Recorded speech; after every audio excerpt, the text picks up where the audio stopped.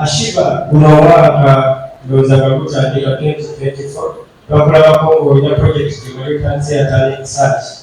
Ate nga kati oyolekera concert ey'okubeera nga yamumulo bagambye nti tuffe tusaanidde okwebaza.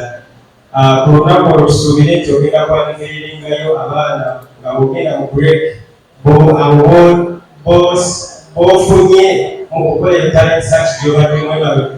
Then my second question is, era olukyakulabirako ngera obadde ekyokulabirako mu kubeera omuyimbi asinga mu bakyala mu ggwanga, ate era n'obeera ekyokulabirako mu kukola ssente. Ashiba era olukyakulabirako mu kubeera nti olina ky'otaddewo abalala kye batannakola kyogenda otulagako. Abayimbi abatya okuzaala nga balowooza nti bwe banayingira mu kuzaala ajja kuzaalawo kaliya ye, message ki gy'obalekerawo olunaku lwajja?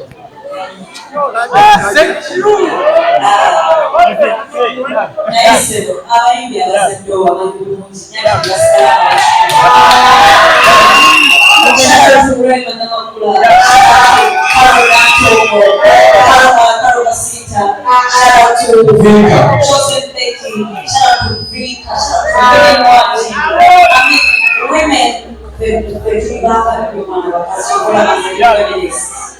byonna tusobola okubikuba nejasmin agenda kabawataakikubimu.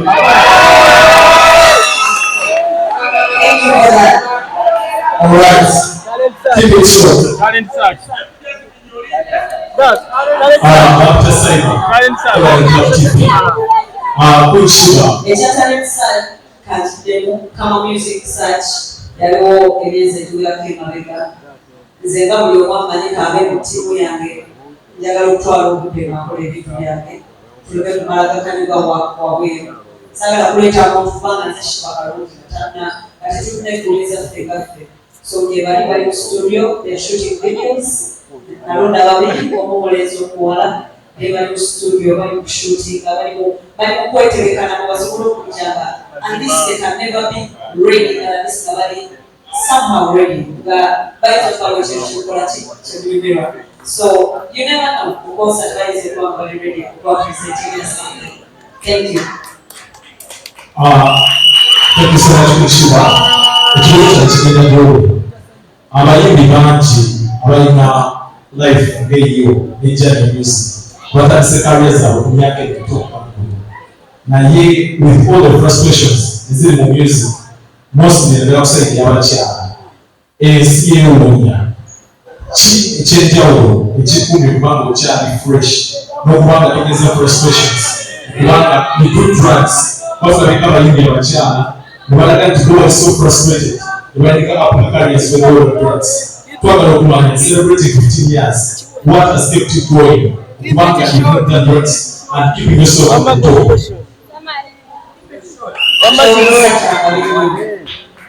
Kino tekiriko na mukazi lwakuba waliyo omukazi ate ezibwenyo si mububi eziwala nnyo okusinga ey'omwami mu indasitule yaffe kubanga mulimu ebigezo bingi nnyo abotuulira.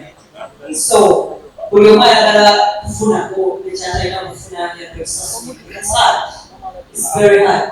Naye nze ekinkimpize mu indasitule sivaako mu ngeri yonna. Ekirooto kyange ekirooto nzijukira nti kyange mwali temunnamanya nzinganira ekirooto kati akodotu ekirooto kyange kikwata n'ekinyweza kyenjagala mumanye tova ku kirooto kyo oba oyayogedde ki tota kirooto kyo ekirooto kyo kinyweze kikwate buli omu ayogere kyonna kyayagala yekka yasobola okugaana walakiza. Kale basigaye soda ebyagenda okalawo ati mwagala okipinga soda nsiiba. Shiba twalira ebibuuzo bibiri mitwala. Okay, ebibuuzo bisatu.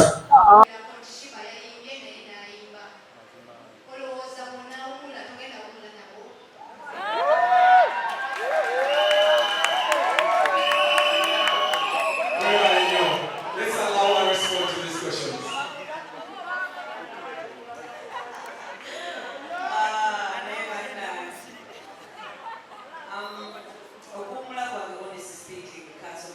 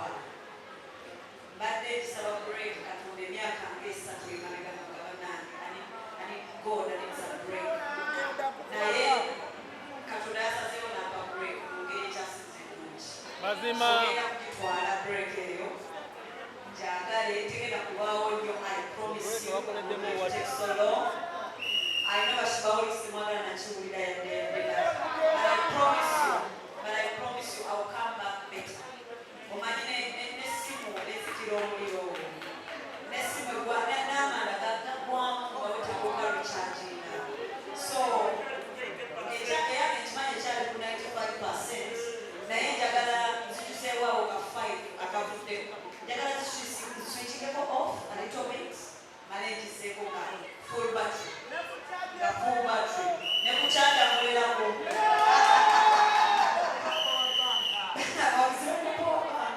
that's a nice one to answer omwami ono abuziza nti short ekyasiza okuba challenge buli sho to be honest bw'oba oyagala omulimu gw'obulamu abamanyi nti abakola emirimu gye baagala buli kyokola kibeera challenge waliwo ekisingako ekirala naye buli kisho gy'okola ebeera challenge muyimbi bannange bonna bakimanyi teri sho etakuchallenging sho ekyasigeza okuchallenging nsinga omuntu was a battle lwaki yaliko negativity nyingi nnyo ate sitambula bwekyo yali etambulira mu kulwana yali etambulira mu babuzi kwekuba yali etambulira mu bantu kweyawulamu ate nze siri bwekyo ndi mugassi okusinga okwawula ate ndi mwagazi okusinga hate I spread more love than hate kati eyo sho yanzibuwalira nnyo kubanga yali mu hate nyingi nnyo naye mukama yanyanga nayo nekuba bulungi buli omu n'afuna kyeyali aginoonyamu n'abawagizi bonna ne bafuna kye baali baagala alhamdulillah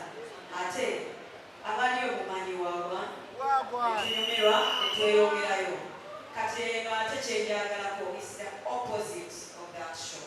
It's full of love, it's full of gratitude, it's full of everything I believe in. Love, gratitude, patience, hard work, but most of it all, gratitude. Nze newempita mu kizibu ekisinga obubi essaawa eyo nondamu ekintu kisobole okweyongerayo neneebaza mukama nti nekyo nakyo ekizibu akireese nkigemu kyenjigamu ate mbeere beta.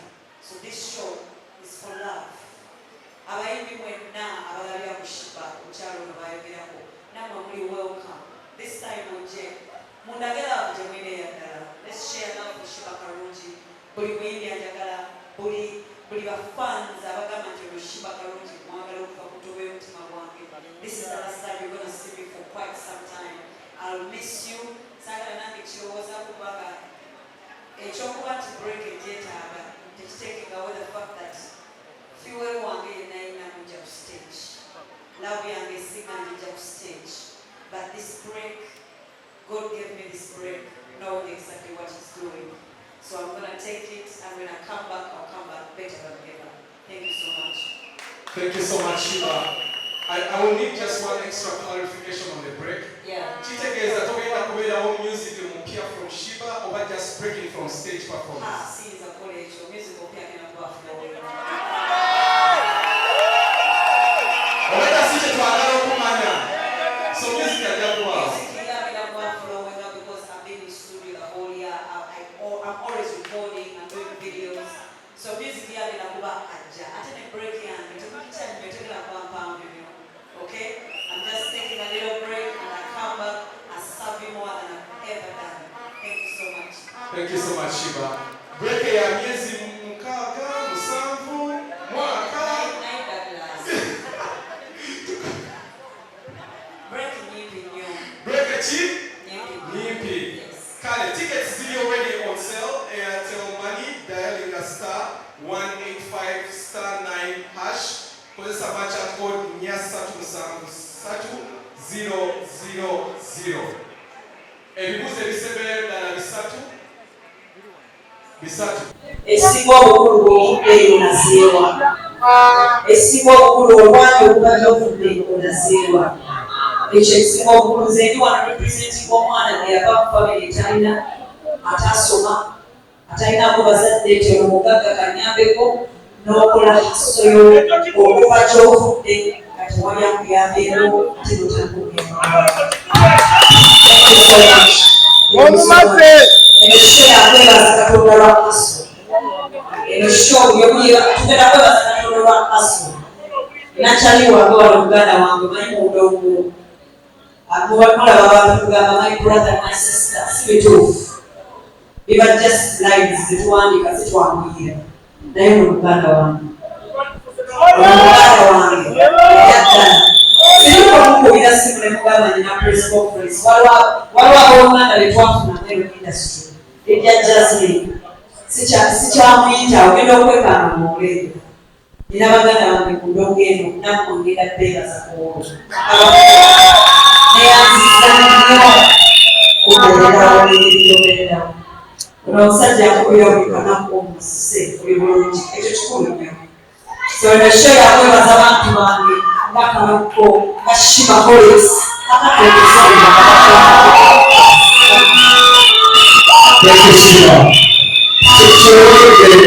kikulu nnyo tuli mu nsi nga tulowooza ebitabo bijja kimala nga tulowooza olwo abali mu background oba tulidde tasobola kimekinga.